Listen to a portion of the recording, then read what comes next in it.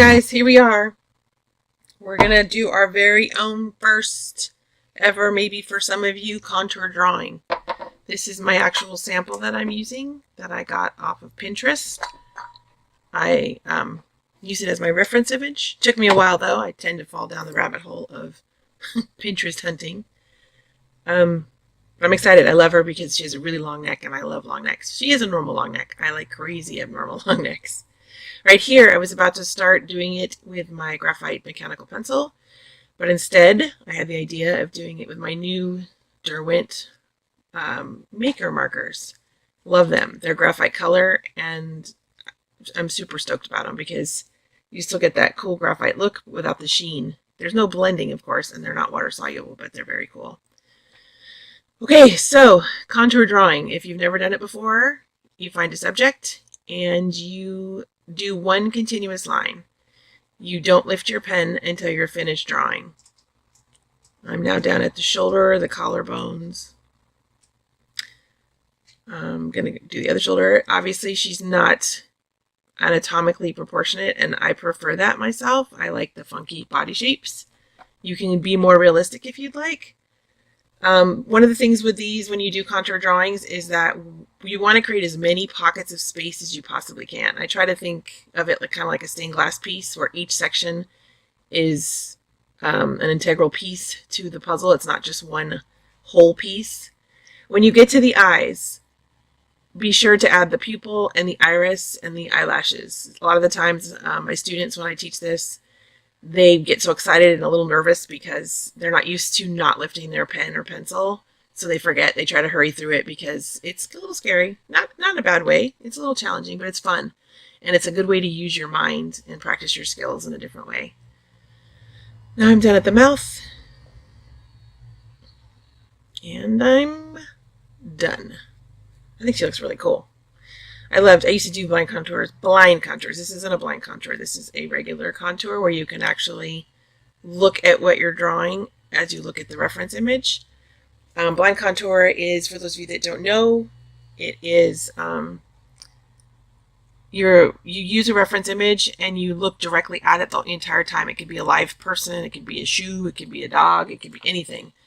You just don't look down as you're drawing. So, of course, your line is one continuous line. So if I was to pick up that line and like throw it out, whip it out in front of me, it'd be one very long continuous line.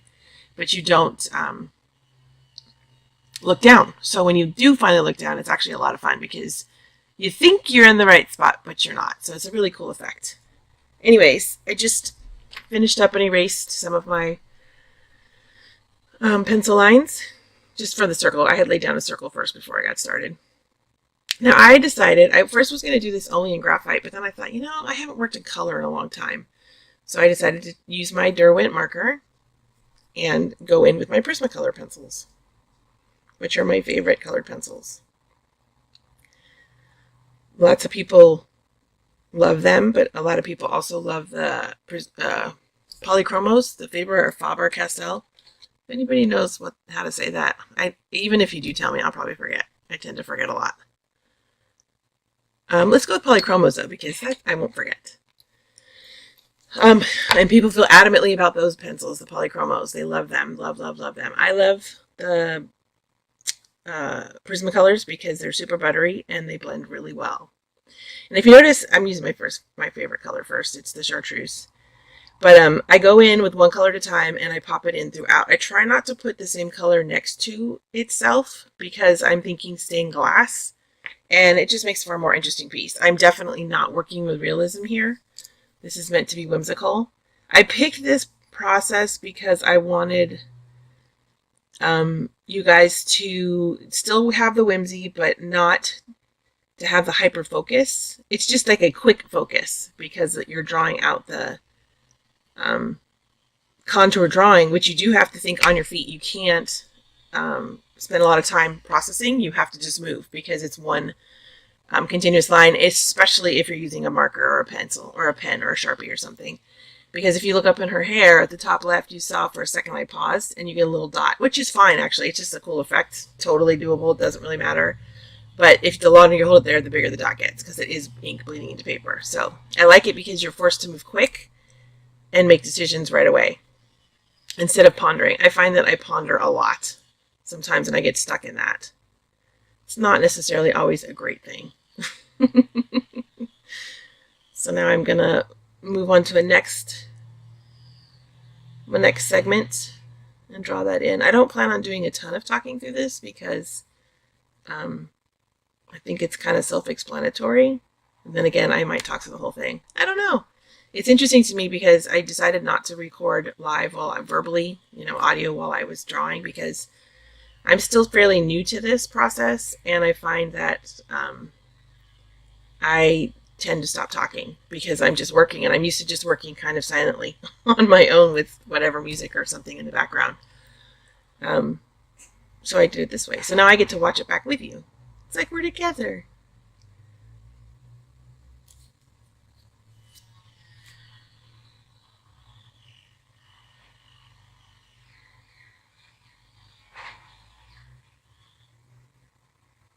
I like to work usually with 3 colors when I do 3 colors in the same value family when I do this kind of work.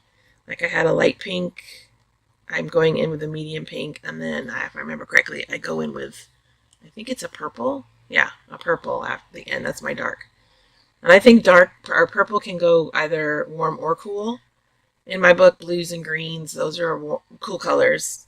And then the warms are the reds, yellows, oranges, and purple, because purple can work both ways.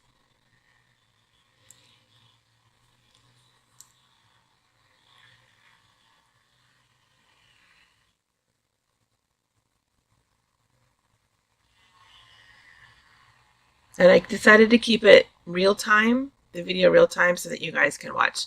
You might learn something or see something, a technique that you've never noticed before or learned or discovered. So instead of speeding it up, I mean, it is kind of like watching paint dry, sort of, but slightly more exciting. And of course, you have me in your ear, so that's kind of different and cool. I think she looks a little bit like Renaissance-y. I kind of want to give her a headband or something, like this really cool scrolly headband. I'm not going to, but maybe next time. Maybe next time.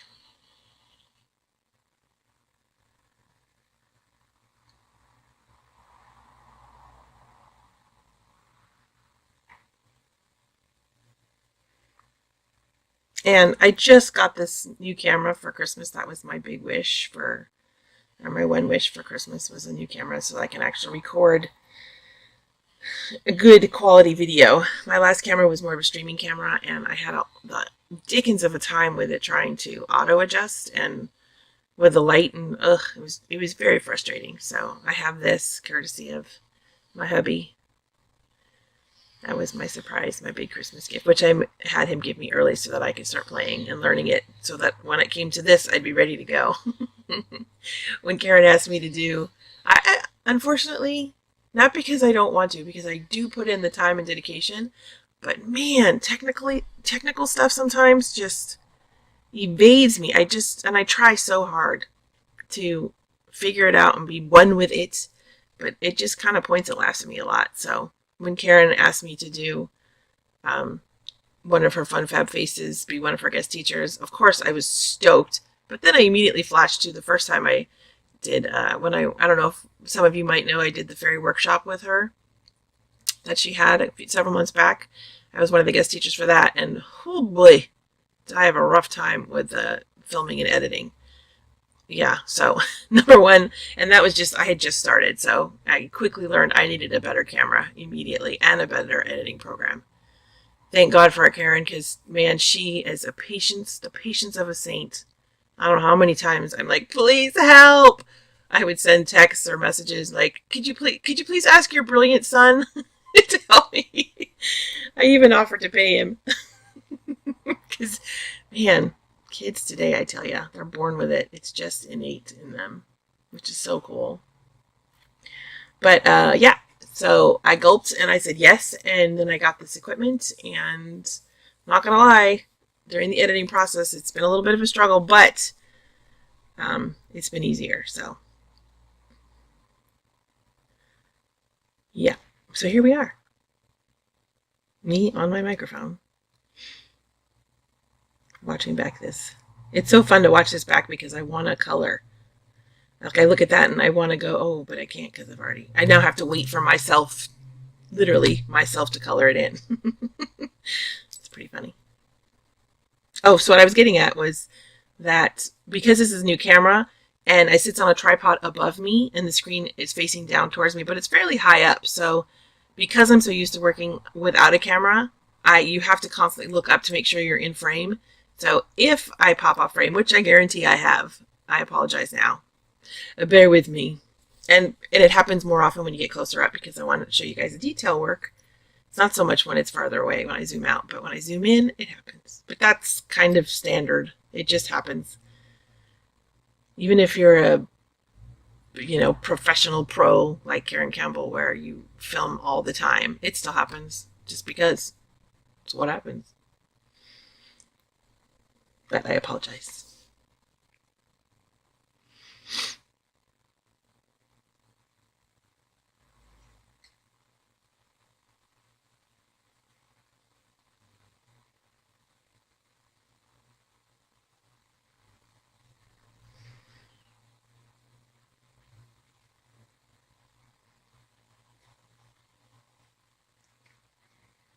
That light blue is a light aqua color. It's one of my hands down favorite colors.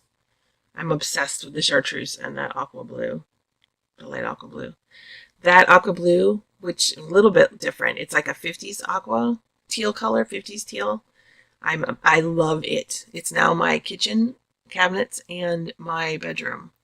My kitchen cabinet, or my kitchen itself, is like a retro kitchen, so my countertops are cherry red and my walls are Subway white, Subway tile backsplash, and my cabinets are that awesome color teal.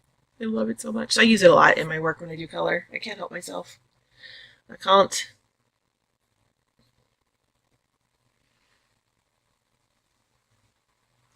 While I sit in color, I suggest, since you guys have seen me do, if you're hanging out and you decide to watch the whole thing and not jump to the end, which is fine, you can do whatever. I would suggest start practicing your contour drawings. Don't just think it has to be portrait. It could be, like I was saying earlier, it could be your dog, it could be your cat, it could be a shoe, it could be the Christmas tree that I'm staring at right now. It could be a phone, it could be anything, as long as you just practice the contour part of it. You'll get kind of addicted. I was very addicted to this for a long time.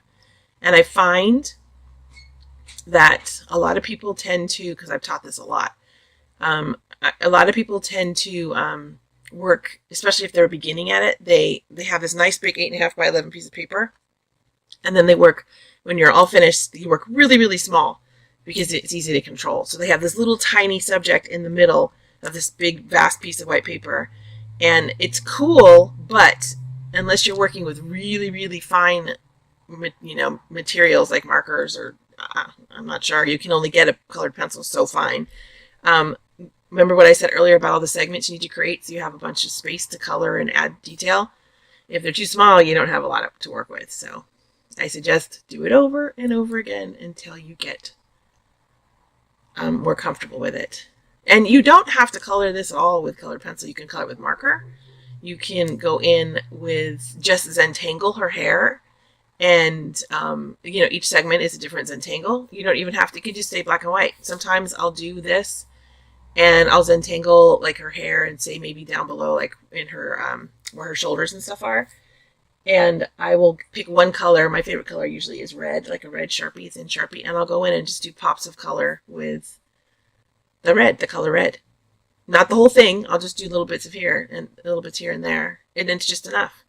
Sometimes just black and white's enough. I'm not particularly a huge fan. It's pretty, but it's not something that I'm drawn to when I Zentangle. I used to Zentangle all the time. I'm not a huge fan of loads of color because I think Zentangling itself, all those patterns and lines and details, are pretty dramatic and cool just alone, set alone. So it is, I think it's distracting. When you add a lot of color, I think it pulls away from all of that. I think pops of color is much more powerful than a full-fledged colorful piece. But maybe I just haven't really seen one yet that I, was like, wow, I'm so wrong. This is amazing. I need to do it all in color all the time. That's the beauty of art though, right? You can change your mind all the time, as often as you want. There's no like, yep, that's it. I'm only doing it this way forever and ever and ever.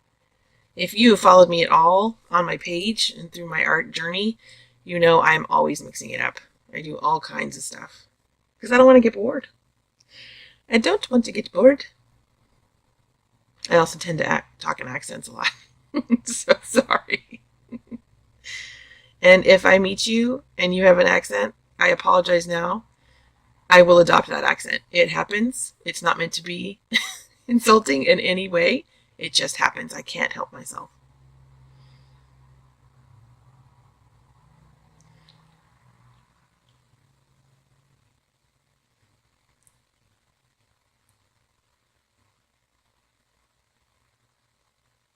I was actually going to do this piece first, and I still think I'm going to, but on a different piece. Was going to do this piece in just graphite. So like the way I'm doing the coloring here, I would have done it with just graphite and not filled the entire thing. I would have just taken sections and filled it in. I think that looks very, very cool. I think it'll be pretty powerful when it's all done. And I love graphite. I'm kind of the graphite queen. And I love my blending stump also.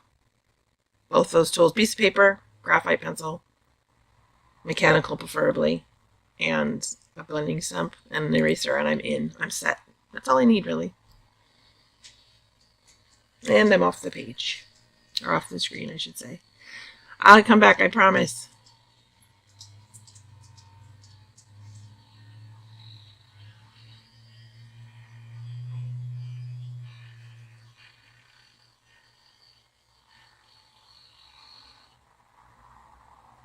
That pink that I used on her lips, it's called Neon Pink. It's a Prismacolor. It's neon pink. I think these are new. Please correct me if I'm wrong. But I've had Prismacolors for many, many years. And this Christmas, I mean, they're kind of good. The ones that I use a lot have kind of worn down quite a bit. But this Christmas, Amazon was having like these crazy killer flash sales, and I got a box of 150 for like $60 when they're normally 135, $140 or whatever. So I was stoked, so I got it. And these colors, this pink, I think it's the only one that it was neon, was in this box. So of course I had to use it. When I used to do my funky faces, my coloring books, my funky face coloring books, and I would color the originals in and sell those, which I still do. But I never, ever, ever I never use neon colors, never. But then, after a while, you only have so many colors in a color palette, especially when you're using markers. And I would do a lot of it in marker and then go over it with colored pencil.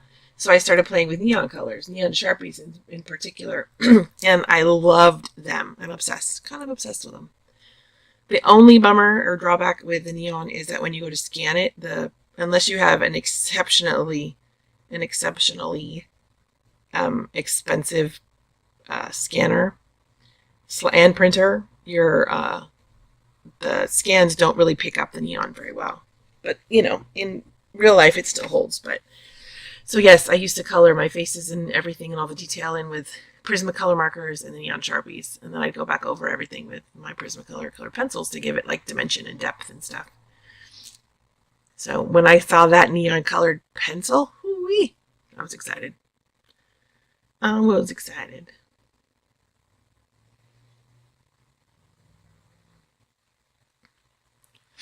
So I'm now down at on her face and working on her forehead, and I opted for peach, like skin tones on her face, but on her neck and stuff I switch it up. And so I work in the 3 layers. I work with the light, medium, and dark. I like to do 3 a lot, unless like my light and my medium / dark if my dark is darker, I don't do a medium. Usually I go straight in with the dark, because you can do light-handed with the dark and then kind of make it stronger to go act as a dark, so it could be both a medium and a dark is what I'm saying.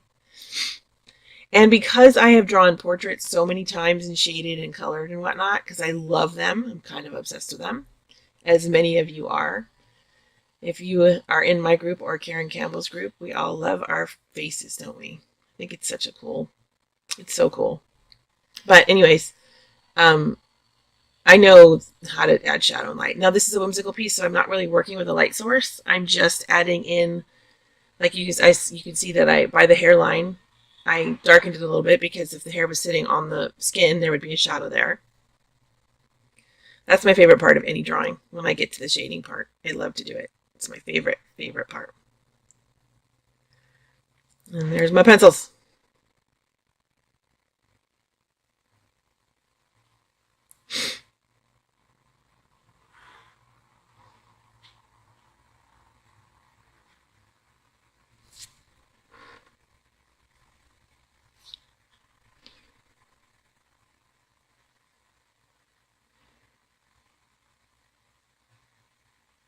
And with colored pencils, if you're new to colored pencils, again, you do not have to do this in colored pencil.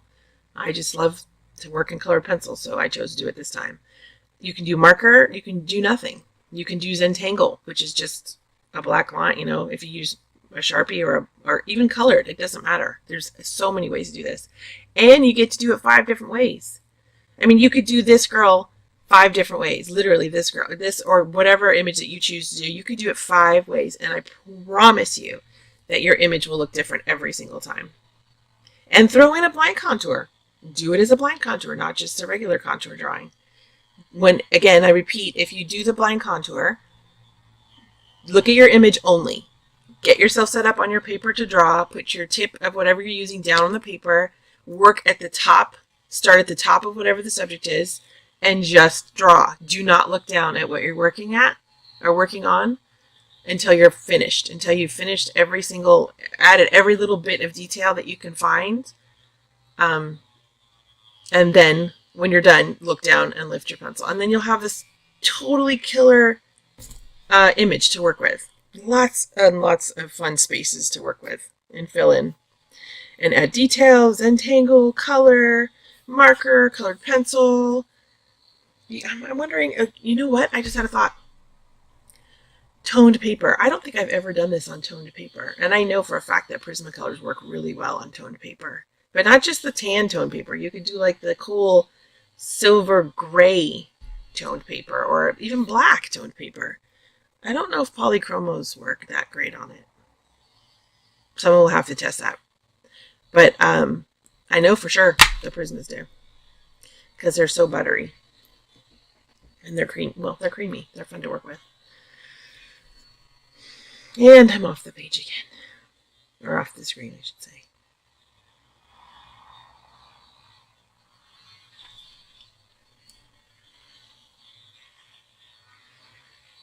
I would love to see what you guys do. So you can mix up your papers. You can, oh, I just had another idea. I've done this in watercolor too. Watercolor. Holy schmoly. Watercolor is beautiful because you can work, now talk about stained glass, looking like stained glass. You can work segments of color at a time. Just be sure not to do 2 wet segments next to each other because the colors will bleed. So you do have a little bit of drying time, but you can always get your heat gun or hair dryer or whatever and dry it after you finish. Same idea though, like I did, I pop in and I pick one color at a time and I go throughout and I add the colors as I go. I tend to work a lot.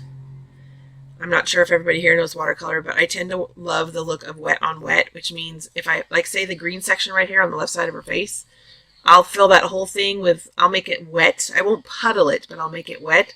Won't go outside the lines because the watercolor will not go anywhere that the water isn't when you lay it down. So I'll make it clear water wet first, and then I'll go in with my color on my brush and I'll load my brush with color, and then I'll fill in that area that's wet. I kind of just like poke it in, like put the tip of my paintbrush into the wet spot and watch it spread. It'll spread quicker and more if there's a little bit more water. You kind of have to work a little quick with this because you don't want the water to absorb too much, but you do need to do this on watercolor paper if you're going to do watercolor. Watercolor can be another one of your 5 days, your versions, one of your 5 versions of this. There are so many directions you can go with it, you guys. I've also, which I love too, is an effect that I love, when I do the black, white, and then I add the red when I Zentangle and stuff, I go in with a white pen, which is usually my Uni Posca, my little extra fine Uni Posca pen, and I'll add the white details with that, and Woo!